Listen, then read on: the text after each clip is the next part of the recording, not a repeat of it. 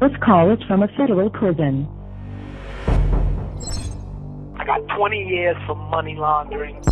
I got 10 years for obstruction of justice. I got 5 years for the machine gun. I got 10 years for a firearm they found in Los Angeles. They sentenced me to 7 life sentences for drugs. And could you imagine me and El Chapo have the same drug charge? Todd Kaminsky created this case. He created an atmosphere for these guys to want to set me up. These guys believed that if I got arrested, that their problem would be over. They force-fed these people evidence that wasn't validated by anything. Their freedom all hinged on how they performed on that stand against me. These guys are all home with their family and enjoying the fruits of their drug proceeds. I have nothing except these guys' testimony. I was always gonna be the fall guy.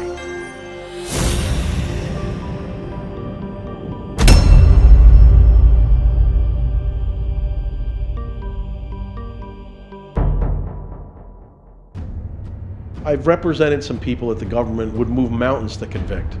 The stuff that happened in Jimmy Rosemond's case was by far the worst. Todd Kaminsky, his agenda from the very beginning was to infiltrate hip-hop as a whole. Find a scapegoat, put them on the stake.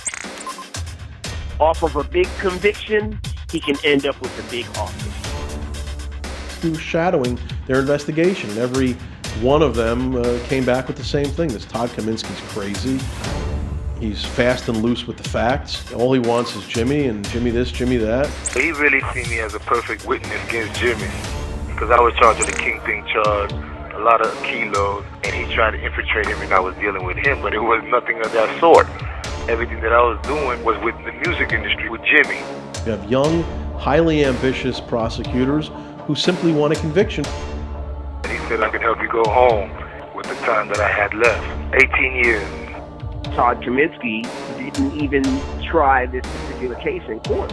He did the legwork. That conviction landed on his record. He got the gold star and moved on to become an assemblyman somewhere. With Jimmy's case, I had personal knowledge of what the witnesses were saying. Witnesses in that case not only lied, but the government knew that they lied. All of the money and the drugs that they had in the courtroom, none of that belonged to me. But because of the testimony, they put it on me. Clearly you couldn't reach a conclusion as to Jim's guilt or innocence based on anything other than the cooperator testimony. Talk about an unholy triumvirate of disgusting, slimy, scumbag witnesses. You got a guy like Henry Butler, whose wife was arrested with a machine gun, pills, heroin, cash, weed, and cocaine. So I love my wife when I love anybody. So whatever I had to deal with to get her off, at the end of the day, that's what I had to do. These was the tools they used to make Henry Butler say that he sold me hundreds of kilos. I asked him, why is you doing this? He just told me, man, they gave me an offer. They're going to send me and my wife home. Why don't you do it? And I saw Tony Martin and Tess. They pretty much told me the same situation. These people have a motive to slant their testimony. Henry Butler ain't a stupid guy. He says, I should have been the Kingpin. But they wanted Jimmy so bad, he became the Kingpin. Honestly, if I would have did what I did, I would have been the Kingpin in this case because I was in L.A. and I was the people who was really selling everybody's drugs. The play was, when you get up there and I ask you a question, you say it's Jimmy. Teff was working for the government. It couldn't be more obvious that he was trying to get me to say something on tape that would get me disqualified. You're sending people in to get a lawyer indicted? Jeffrey Lichtman would have beat the shit out of this guy if they would have allowed me to have him as my attorney. I've been down this road before with high-profile clients. I know how to win these cases. Lichtman knew the case. He knew what the government was trying to do. He knew the players that were testifying against me. I never thought for a second that we would lose that trial. It was strategic on the prosecutor's part to knock Henchman off of the case. They completely lied about the meeting with Henry Butler.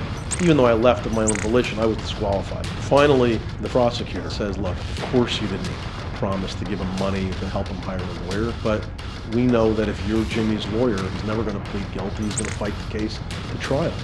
And we had to get rid of you. And I remember thinking, like, this is America. I never stated that I didn't do anything. Like, I'm totally innocent. I just wasn't guilty for what they charged me for. Just because you commit one act, alleged indictment, doesn't mean you're guilty of everything. They tried to portray him as some kind of boss or overseer of this business, that he was responsible for paying people and hiring people, and that just wasn't the case. Everyone was on the same level. He doesn't deserve a CCE charge. You can convict Jimmy Rosemond honestly and fairly and legally, or you can cut corners, you can lie, you can rely upon people that are committing perjury. That's what they did. To them, the ends justified the means, and whatever they had to do to get Jimmy Rosemond, they were going to do. What mattered to them was getting this guy, getting him his life conviction, and they did.